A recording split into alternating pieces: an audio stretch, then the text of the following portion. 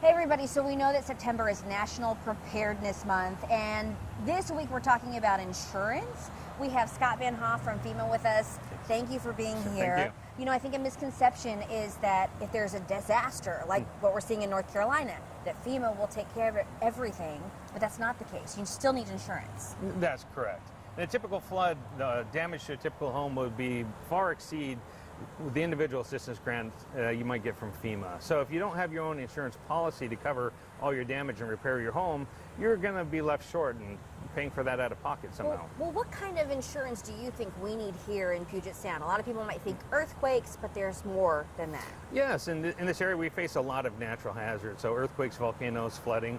Flooding is by far the biggest disaster that we face year after year as far as the damages. So flood insurance is certainly first on the list of individual insurance that you need for your home. And is it concerning that even though a lot of people live in floodplains, a lot of people don't have flood insurance? Yes, it's certainly a trend we're seeing around the country that Americans on the average are underinsured, especially for flood hazard. So we're not unique in that circumstance, but we do have a very low rate of insurance coverage for flooding. Okay, and where do people start? There is a national flood insurance program, right? Yes. Yeah, the National Flood Insurance Program offers flood insurance to anyone, regardless of what flood zone you might live in. As long as your community participates in the program, then you're eligible to buy flood insurance, regardless of what hazard zone you live in. So that would be a good place to start.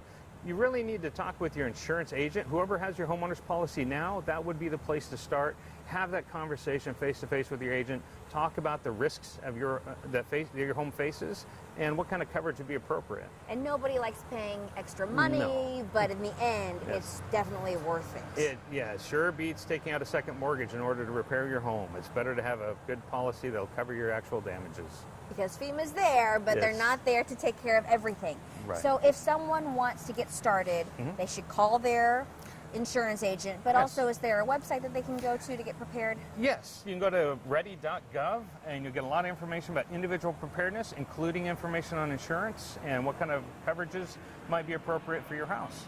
Definitely timely for what we're seeing out on the East Coast, but also we're getting ready for flooding season here. Right, our traditional flooding season is coming up. We normally have some wintertime flooding in January and then again in the spring, and around June. That's what we normally would see in our area. But floods can happen any time of year. Yeah, especially here. Especially here, yes. Thank you, Scott, so much. Really appreciate it. Thank you.